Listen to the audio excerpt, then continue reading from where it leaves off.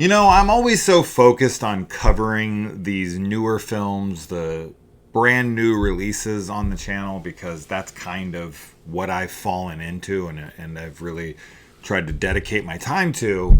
And I was just thinking last night that I don't really do any classic reviews as much anymore. And that's how this channel started. I was doing some new stuff for sure, but I was doing more of a equal mix. And I was doing the Slasher Sundays and the Monster Mondays and all of that.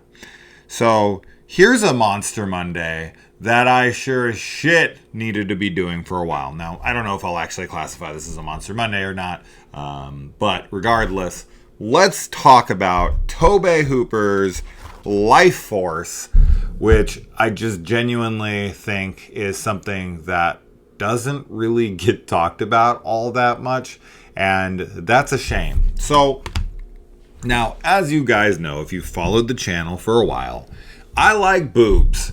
It's no secret. I talk about it very openly and very often. Anytime there is or isn't, I'll complain that there wasn't when there should be, or when there is, I'm gonna launch a whole bunch of complaints.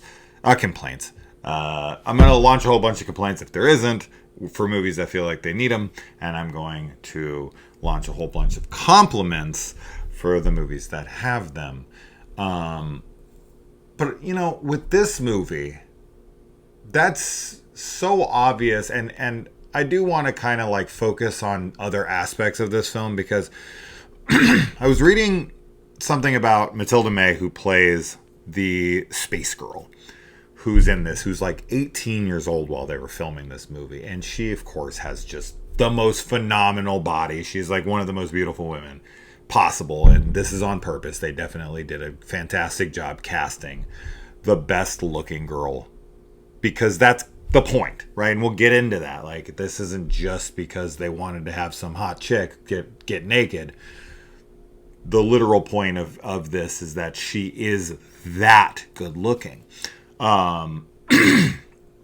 So, but I was reading this thing with her, and they were saying how she had talked about that, she was fond of the movie and whatnot and her experience on it, but she was kind of bummed out that all anyone ever wanted to talk about with the movie was her nudity and how, amazing she looked. And she does, for sure. But, as great as all that is, and it's fantastic, this movie is really unique, and it has some absolutely incredible practical effects. There's a lot of other really great looking things in here to admire and look at, other than her naked body, which I completely understand all the praise for that. But what I feel is kind of a shame is that because we're so enamored with how amazing she looks, we're not focusing on the legitimate, amazing practical effects that are on display here. Like, I was really blown away. I'd seen this before, only once, and it had been a while. It'd been years. And at that point, I think I watched it on like VHS or something. So to have this Scream Factory Blu-ray to watch and for it to be in full HD was fantastic, man, because it really showed off not only these goods, but the goods of all of these incredible effects that were on display. And man, I was really, really impressed with so many of the effects in this film. The like emaciated bodies, because this deals with, spoilers obviously, this deals with space vampires, and when they suck the life force out of you, it makes you this kind of like husk of a body that looks like super drained of its life force, and you look like over emaciated. You look like you're pruning, like you're a shell of your former self. And when those bodies like come to life and their eyes open up and the expressions in their faces and they're moving around and all of that, and you can tell that's like all puppetry. Incredible stuff. Like, this is something, kind of like what I talk about with other practical effects films that just don't get as much mention as they should. We always hear about American Werewolf in London, and of course The Thing is the big one everyone goes after. But I had talked about how the remake of The Blob in the 80s is one of those films that should get just as much praise as those aforementioned films there. But the practical effects here too are also top notch. This is like really great shit. Now this movie is on Tubi. I don't know where else. That's one place I did see it. So if you don't have access to anything else, and you can watch it for free there, definitely look to see if it's on like Amazon or Netflix or whatever. But I think this is worth a watch for anyone who may have overlooked it or even watched it and was like, doesn't remember it all that well, and all they remember is like the nudity. It's like, no, there's so much more than that. What I find it fascinating about this film is that this was kind of going for a wider audience, right? Like, this is a canon film. And we all know canon films. And, well, not all of us, but those of us who know canon films know how fucking over the top and ridiculous they are. And I love that, I love canon because they really just went for it. And they bankrupted themselves going for it, so it was probably ill-advised, but we got so many gems out of them that I can't help but praise them, even if it did cost them their company. And I look at something like this, which is a major dice roll gamble, and, from the outside looking in now, and of course hindsight is 2020 and all that, but like, I'm watching this movie thinking, there's no way, guys. There's no way this was ever going to be like actually successful with a mainstream audience. This is a cult film through and through. Steve Railsback, who is, I think that's how you say his name, who is Dwayne Barry. That's how I know him best. He also played Ed Gein in an Ed Gein biopic. But Dwayne Barry from the X-Files double episode with Scully getting abducted by him and whatever. He is definitely not a leading man that is going to be on like your tentpole film of your company, right? Like, Canon was out of their minds for agreeing to such a, like, this is a niche audience unto itself because it is a B horror film. This is a B monster movie through and through. It's a space vampires. They go up to this ship. They find them. They bring this naked girl down to Earth, and she's sucking the energy out of people. And you've got your lead guy who's a nobody who doesn't have that. I love Steve. Don't get me wrong. Like, I love that he's the lead of this movie. So I'm not shitting on Steve, and I'm not shitting on this movie. So anyone who's like a big fan of it, I'm now a big fan of it. Like, this watch definitely secured my appreciation and love for this. I thought this was such a fun time. But while watching this, I was really just honing in on the fact, just really focusing in on the obvious fact here that this was never, ever going to make tons of money and be some kind of word-of-mouth film. Or even a film that had a lot of like buzz around it and was like, people were excited outside of like the horror community. That's like, oh my God, it's the guy who made Poltergeist and Texas Chainsaw and whatnot. So I just find it funny that they took such a risk on this thing, because I have no doubt this thing had a pretty massive budget, and Canon did end up bankrupting themselves not too long after this film came out. And I'm sure this is one of the big reasons. But while watching it, that's all I could keep thinking the whole time. Like, did they really think this was going to land? Did they really think that this was going to like hit with a mainstream audience and people were going to be like, you got to see this new movie. It's really cool. Right? Like, you can sell this kind of movie to a niche market and cut the budget drastically. I'm glad they didn't. I'm glad that we got the film that we do. But, man, this was just never going to work.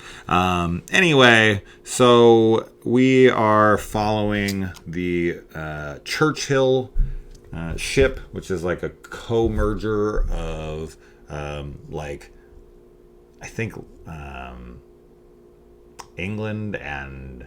I think it's London and America, or I think it's just England and America. They have this joint effort for this vessel, the Churchill, and they're going out to Halley's Comet. And in the coma of Halley's Comet, there is a spaceship that is 150 miles long.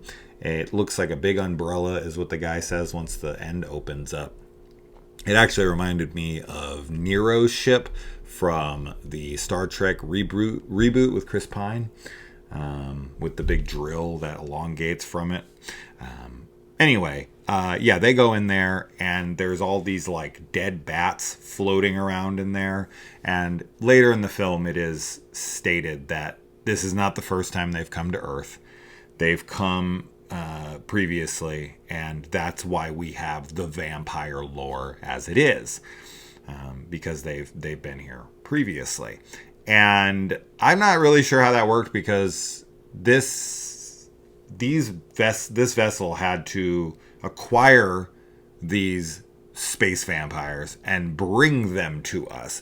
This is definitely something that I could probably watch once or more times to try to take in every little factoid so that I could understand the story better. I don't know if there's an explanation for some of these things.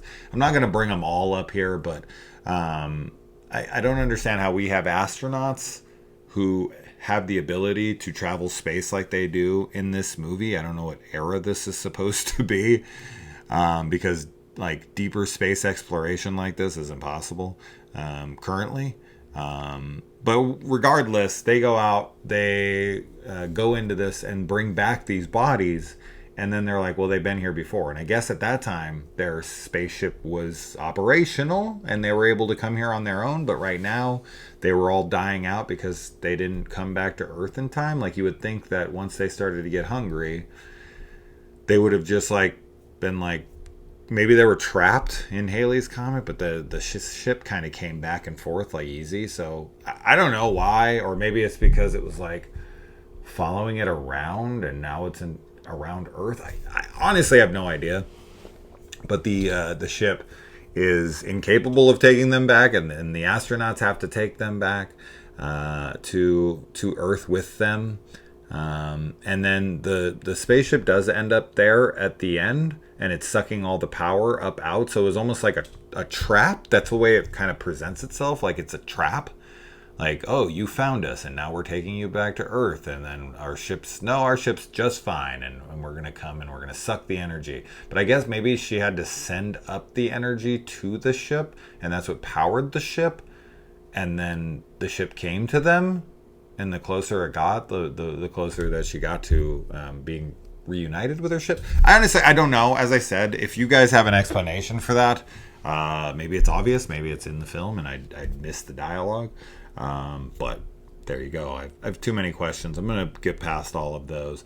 But I also find it interesting that she says Space Girl is what her credited name is in here.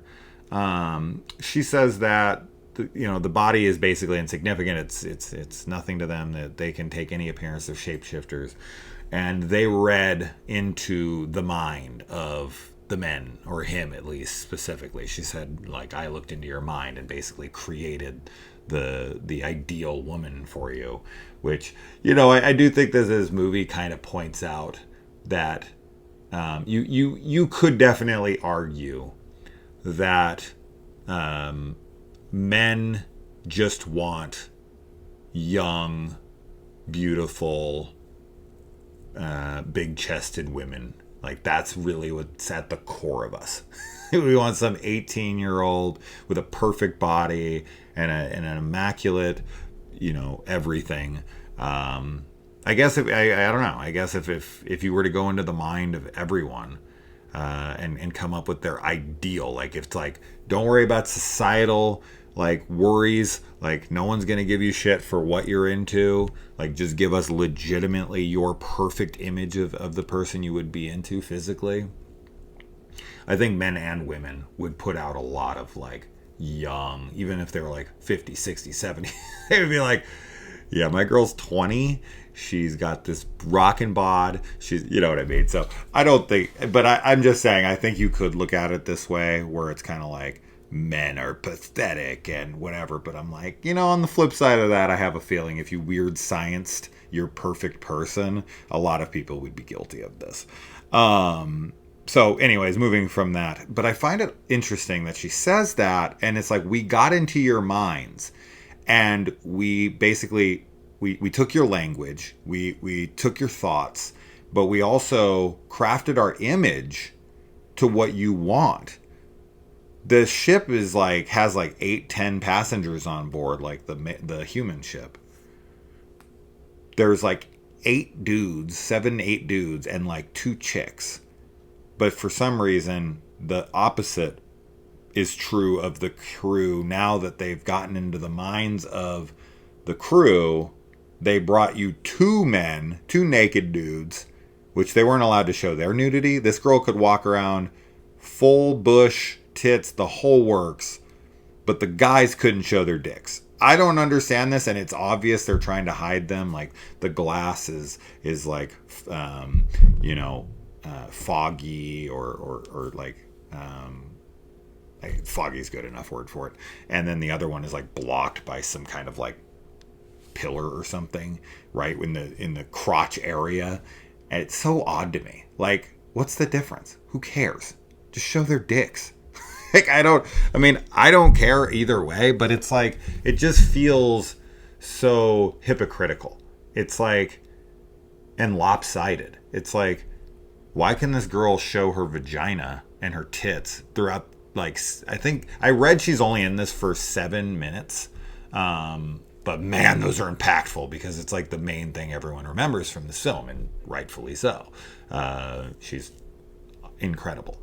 But I find it very bizarre that you can show her for 5+ minutes fully nude. I mean fully nude. In fact, she didn't even wear a robe on set. She just said, I wanted to get comfortable with it. So I just walked around the set completely nude. And I have no doubt no one complained about that, not once. But I just find it odd. But getting back to the whole point of why I even brought this up in the first place is that they presented themselves as 2 males. Now, is she female and those are 2 males, and then they were like, they got into the minds of the women, or maybe a couple of the guys who were gay? I don't know. That was going to be my question, is like some of the crewmates gay, and that's why there's 2 dudes? Or, but she takes on the body of Patrick Stewart. Yeah, good old Patrick Stewart, Jean-Luc Picard himself. This is 2 years before Star Trek Next Generation. So he was in another space thing here, a precursor to Picard. But she takes on, goes into his life force, takes on his body, and then she leaves his body. And that scene's amazing. I'll get to that in a minute. But the fact that it's 2 guys, I don't know. Are they male? Is that how this works? You have like the queen bee, right? Is at the top, and then you've got the 2, her 2 like assistants that are with her. Are they male, and that's why they take on male forms? But I think that if he was into dudes, wouldn't she be a dude, right? Like if she was a guy, or if he was a chick, wouldn't she turn into a guy? Like, I think she could take any form. She's a bat. It's not, and now bats can be obviously male or female. But I wonder why the other 2 are men. Because I feel like you would up your chances if you had 3 hot naked chicks and a bunch of dudes, or at least 1 hot naked dude and 2 hot naked chicks, to kind of even out the odds of what was going to happen on the ship with them like fighting over like, oh, I want this girl. And then they end up draining the crew anyway. I don't know. I just found it very odd that there was 2 men when there was so many men on board who I would assume are probably into women. I'm just assuming, but it made me think, like, are some of those guys closeted? Is that why there's 2 dudes? I don't know. What do you guys think about that? I put way too much thought into that, but I just kept wondering, like, looking at them, like, why is there guys? Why is there guys? Why wouldn't they all be women? Or at least 1 guy. Anyway, you have Dan O'Bannon worked on this script, and the ship looks very H.R. Geiger, which makes perfect sense because of his alien designs previous to this film. And you've got the narration in the opening feels very Star Trek-y. So that fits Patrick Stewart being in here. And also, the music from this movie feels like something out of a sci-fi epic, right? And that's cool, but it also, I don't know. The music fits. It fits, I guess. I don't know. It feels like it's from, a big science fiction opera kind of movie, like not Star Trek per se, but something along those lines. That's the way it played off to me. And this doesn't feel like that. This feels like a B monster movie, which is exactly what it is. So I don't know. I don't know if the music fits, but I love it in here. This chick's got a killer kiss, literally. And another funny side note on the trivia on this, it said that Tobe Hooper wanted her stripped completely bare of all hair on her body, vagina, the works. And that they declined that because they were like, no, if she shaves her vagina completely bare, she's going to look even younger than she is, A. And B, you can see like the vulva and all of that like more prominently. And so they needed to have the hair to kind of cover things up to make it not so graphic. And so he like agreed to it, but he also had like a stylist, basically an assistant to Matilda May on set, that every single day she groomed her pubic area. And Tobe Hooper himself, and I'm sure there's a few people like myself that are like, Tobe, I see you.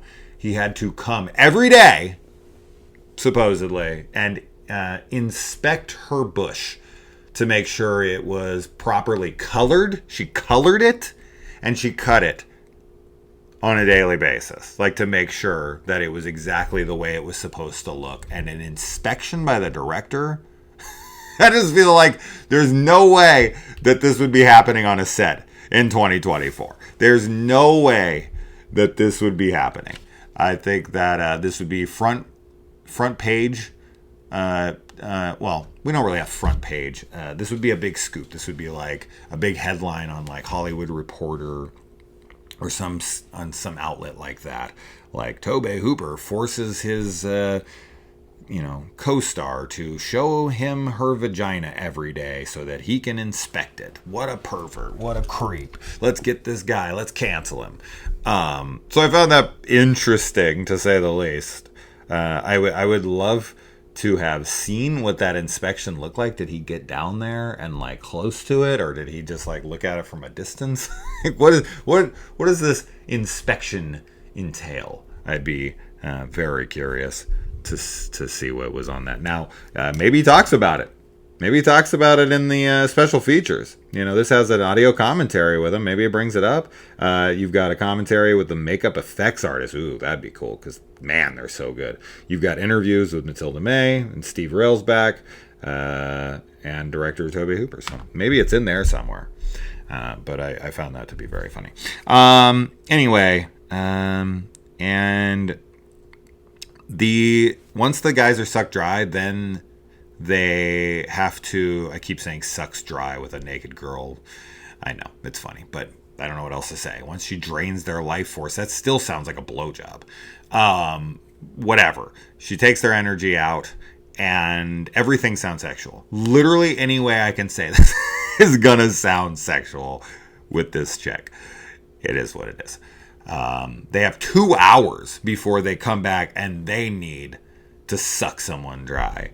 And then this, extrapolates from here, and it creates chaos in the streets, and we have like, Mother of Tears or Batman Begins, when the fear toxin takes over Gotham and everyone's like attacking each other in the streets. I love like pandemonium. I love like chaos in the streets, like in Kingsman: The Secret Service, when the signal's sent out to all the cell phones and everyone goes nuts and starts killing itself. Or, of course, the amazing church fight sequence with Colin Firth in there. That is like one of the great fights in film.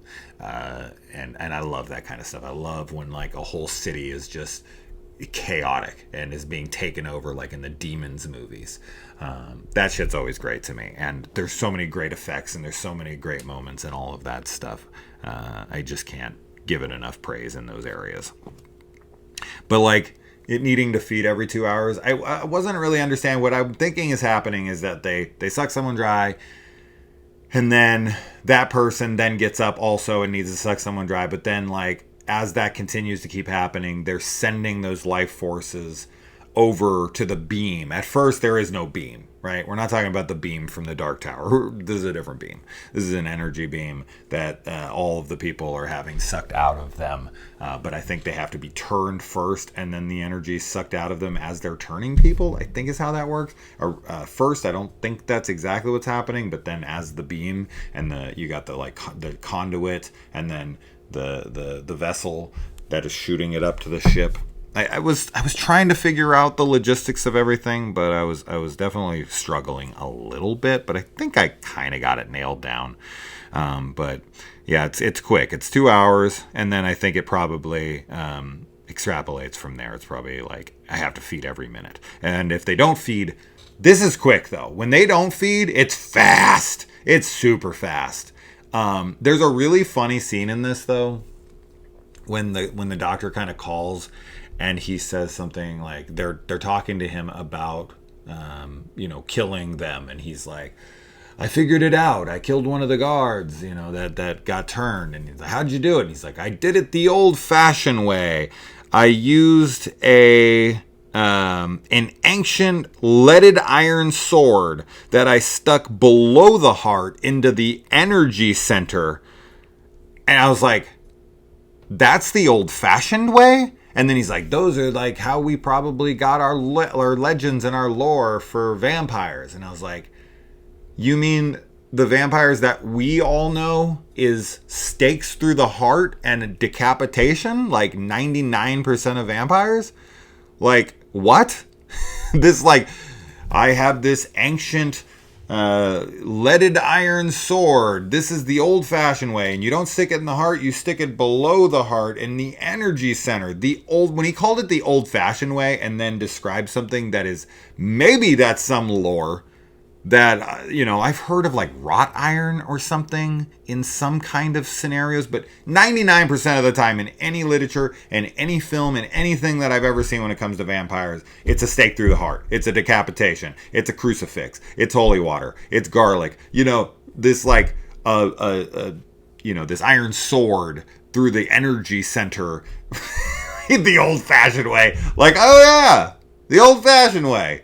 Just the old leaded iron sword, like they do in Dracula and Fright Night and Nosferatu and all these other movies. No, that's not that's not a thing. That's not the old-fashioned way. What the fuck are you talking about? And the fact that he has some like Excalibur type ass sword with him, it's like, where'd you get that? What do you mean? You don't just have like leaded iron that you have that's just, I don't know, like a fucking like a beam, like a pole or something made out of metal that he stuck through. No, it's like a literal fucking like Conan looking sword. I was like, where the fuck did you get that? I thought that was really, really funny. And when he says the old fashioned way, I laughed pretty good. And there's also a scene where Carlson, who's Steve Railsback character, and Kane, the guy who kind of runs around with him, he's trying to get answers from this girl who, the space girl, took over the possession, the body of for a little bit, and then kind of left. And Carlson goes in there to, when I say Carlson, I think you're talking about Fresh Prince. Anyway, he goes in there and he's like, no one at this point knows that he's like psychically linked. They don't even know the story yet of like how he's actually the one that like destroyed the equipment and set the ship on fire and all that stuff. Like that's something that's revealed later. So at this point, they don't really know much. They just know that he's someone who's had firsthand experience. So maybe he's the guy to go to, I guess. So he goes in there and he starts slapping this chick around. And he's like, I can see into her mind, and she's a masochist, and she wants me to hurt her for the answers. I can feel it. And the guy, and he's like, if you don't want to see this, you need to get out of here. And Kane is like, no, I'm a natural voyeur. I'm good. I'm gonna stay here as you beat the shit out of this girl to get the info, because supposedly she likes it. Doesn't even question it. Just kind of like, oh yeah, okay, you can read her energy, and she's a masochist who wants to be hit. Dude, if I was with a guy who's like, I can tell this woman wants to be slapped around, can't you tell? Oh my good God, I'd be on that guy in 1 second flat.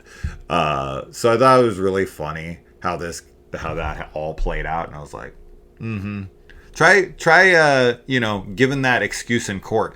Your Honor, listen. I connected with her telepathically because of space vampires, and what I got from the images in her head is that she wanted me to beat her until she gave me the answers that I was looking for, as I pushed my way into her house and forced her into a confession about something she may or may not have known of. Yeah, okay. Not guilty. Easy, obviously. Let's throw this case out. That's such an obvious... I fucking love these kinds of movies. See, these movies are so much more fun to talk about than movies that make perfect sense, right? These are the kinds of movies that make it fun to discuss films. As much as I love other films and dissecting all of the intricate little workings of these like incredibly well-crafted films, I do enjoy that too, and I like discussing very well-made, perfect sense films. But I can't say I have anywhere near as much fun as breaking down this like domestic abuse, voyeur fucking tag team effort. This is way funnier. This is way funnier and way more fun to talk about. As I'm sitting here saying domestic abuse is hilarious. No, that's not what I mean. Come on now. All right. Let's see. Yeah. The transforming. So they get on a helicopter with Patrick Stewart's body after they also kind of like slap him around, and they even share a kiss.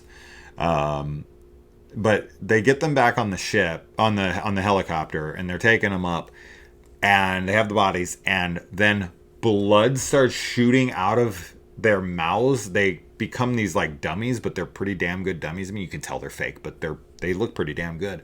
And their bodies are like shrinking down. Their faces are kind of collapsing as the blood's coming out and spraying out of all of their orifices.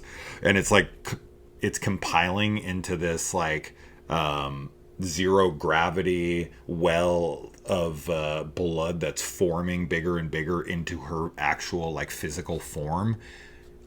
Amazing. This whole sequence is amazing, and the pilot of the helicopter turns around and almost crashes the helicopter because he's freaking out so much. He looks back and he's like, ah! And it's all flying all over the place. And then she forms, and then she just comes to the ground and splashes down and is no longer corporeal. I don't understand that. She just can like teleport, I guess. Like, I don't know why she needed to form and then not form. Like, I don't understand the need to become like an actual, as I said, corporeal entity, and then to just like dissipate and all the blood to fall to the ground, and then your just body is back to normal in the like cathedral or whatever the hell she's in. I don't understand that. I don't know why she couldn't just leave their body. I mean, it's a cool effect, and I'm glad it happened, and the blood, coming together and all that shit. It looked fantastic. Don't get me wrong. But I just don't understand why she didn't just leave their body so that she could go down and be somewhere else, and why she wouldn't leave their body the second that the jig was up. I guess she was trying to like lure him in, right? She ultimately does want him with her. She picks him as like a companion, and that ends up working out for her in the end, because I think they survive in the end. I couldn't 100% tell, but it definitely seems like that to me. And then think I talked about mostly everything. There is a funny scene where they go to talk to the prime minister and his secretary comes up and he's like, excuse me, and he's sweating and it's very obvious that he's like been turned. But then they walk around the corner and, you know, you have two colonels. I think they're both colonels. Is it they're colonels? I think that's what they are. I think it's Colonel Carlson and Colonel Kane. I think they're both. Whatever, they're some part of the military. And they watch this guy attack. He's behind something, so you only really see it in shadow, but he's only like 10 feet of fucking away from them. And he immediately grabs his secretary and starts killing her, like draining her life force. And we've already seen that it takes a little while, and you can stop the process, I feel. So, like, they don't try to help her at all. They just see that, and they immediately close the door and leave. What? Why did they not try to save this woman at all? Why didn't they walk back there and fight this guy? They're just like, oh, okay. They, you know, it's like Homer when he's backing into the, you know, the fucking famous gif of him backing into the hedge. That's what these guys did. They're just like, oh well, I guess she's fucked. Oh well, moving on. I don't know. That's like seeing a chick being, you know, raped or something. She's in the process, and the guy walks around the corner. And he's like, doo-doo-doo. Like, didn't see anything. Time to get on out of here. Like, what? Why didn't you try to help? Now, granted, if they did stay, they probably would have died because they narrowly get out of there as they get onto the helicopter, and these guys are like jumping onto the helicopters, and their skin on their hands is coming off, which is all really cool. So they probably wouldn't have made it out of there had they helped her, but I feel like they're just instinctually, they would have went to help. But I don't know, the guy who's smacking chicks around and the other guy's like, I like watching guys smack chicks around. I guess they just don't give a shit. And Carlson's like, I only got one girl that I care about, and she is an 18-year-old, nudist who I have to be with. And he's like, I've never felt love like this. I absolutely have to have her. And it's like, says every 40-something-year-old guy who had a chance with that girl. All of a sudden, he's buying a Corvette. He's moving into an apartment in the city. This movie should be called Midlife Crisis. And yeah, so the doctor who gave him the sword ended up being one of, I don't know, I wouldn't think he gave him the sword there. He's actually part of them or not. He goes to get it, and he ends up killing the guy. He shoots him, and then he then bleeds out and emaciates. I think he's supposed to be one of the, whatever it is. He grabs that, and then he goes, and then the one dude's sitting in front of the place like he's Zool, freaking watching out for Gozer, and he's sitting out there. He's collecting all the energy through him and sending it up to the ship. She's sending it to the ship. It's putting through him. He's filtering it to her, and she's putting it up into the ship. Who knows why any of that has to happen?